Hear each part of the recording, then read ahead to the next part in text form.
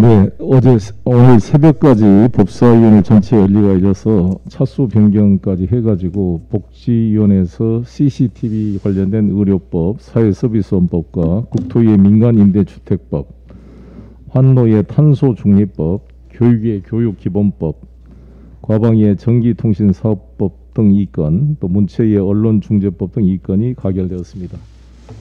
새벽 4시까지 이렇게 수고하신 법사위원 여러분께 감사드립니다. 최근 이제 논란이 됐던 CCTV법이 이제 통과가 됐는데, 이 CCTV법에 여러 가지 그게 이제 환자들의 권익을 보호하면서도 남용을 하지 않도록 또 의사들을 보호할 수 있는 장치를 함께 만들어서 잘 운영할 수 있도록 하겠다는 말씀을 드리겠고요. 언론중재법은 우리 야당 의원들께서 좀 참여해서 같이 깊게 논의하면 될 문제인데 이것을 실제보다 부풀려진 면이 많습니다. 제가 계속 강조하듯이 우리 언론의 자유와 정당한 취재는 저희들이 일관되게 보호하고 뒷받침해 갈 것입니다.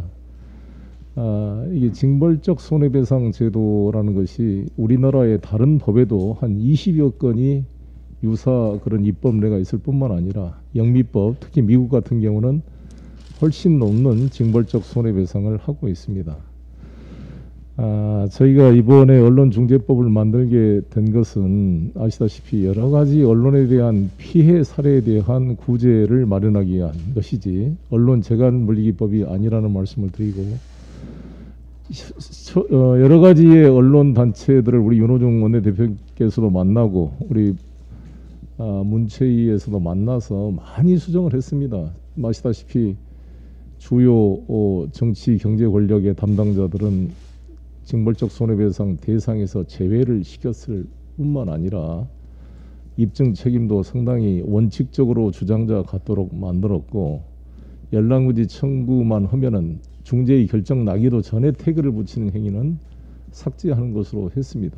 많이 보완이 됐고, 이게 또 계속 제가 강조하듯이 대통령 선거와는 상관없이 내년 4월부터 시행되는 것입니다.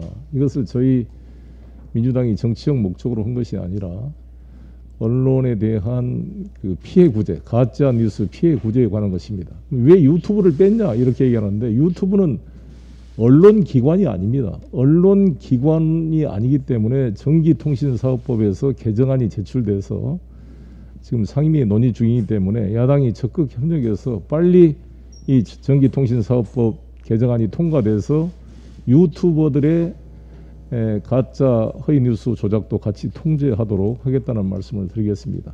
손해배상이 되도록. 그리고 또 한 번 말씀드릴 것은 우리 언론중재 및 피해 구제 등에 관한 법률에 5조 2항 2호에 따르면 언론 보도 등이 보도가 공공의 이익에 관한 것으로 진실한 것이거나 설령 가짜가 됐다 할지라도 진실하다고 믿는데 정당한 사유가 있는 경우에는 위법성이 인정이 안 되고 면책이 됩니다.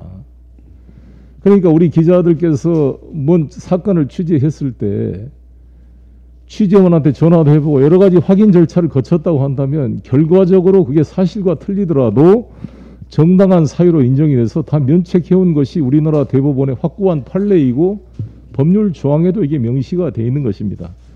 이것도 부족해서 이번 하도 언론인들이 걱정을 해서 이 개정안에 한 번 더 이것을 중복 적용을 해놨습니다. 30조 2항 4항 3호에 따르면 공적 관심사와 관련된 사항으로 제4호 3항에 따른 언론의 사회적 책임을 수행하는 데 필요하다고 인정되는 언론 보도는 이 적용 대상에서 제외하도록 되어 있음으로써 포괄적으로 예외 조항을 규정해 놓고 있는 것입니다. 따라서 우리 언론인들이 걱정하는 남용 가능성은 거의 없다고, 너무 과할 정도로 두 번에 걸쳐서 중복으로 이 규정을 만들어 놨다는 말씀을 드리겠습니다.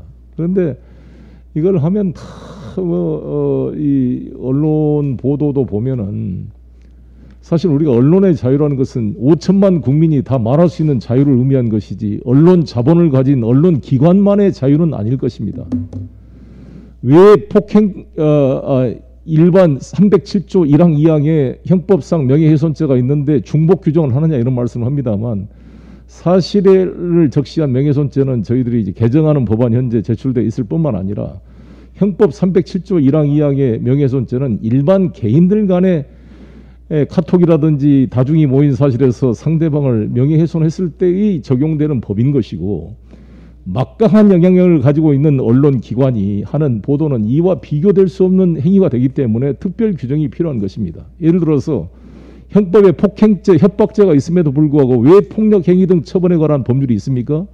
폭력행위 등하는 처벌의 법에 따르면은 집단적이고 상습적으로 위험한 흉기나 무기를 가지고 협박 폭행하는 경우에는 일반 주먹으로 폭행하는 것과 말로 협박하는 것과는 비교할 수 없는 위험을 초래하기 때문에 폭처법이라는 특별법을 만들어서 2년 이상의 징역형에 처하도록 중과를 하고 있는 것입니다.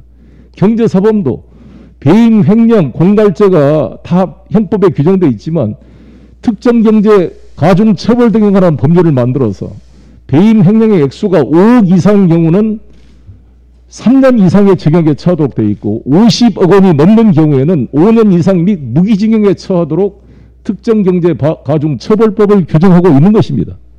마찬가지로 일반 개인이 그냥 동창회 앞에 가서 누구를 공개적으로 모욕하는 이러한 명예훼손죄와는 비교가 안 되는 이 엄청난 서버와 이 언론이라는 이 무의를 갖는 강력한 조직이 일면 톱으로 한 개인과 회사 기업인을 충분한 사실관계를 확인하지 않고 허위 사실을 보도했을 경우에 그 회사가 망해버린다든지 한 사람을 자살하게 만든다든지 아예 사회적 생명을 파괴하는 엄청난 결과가 오게 되는 것입니다.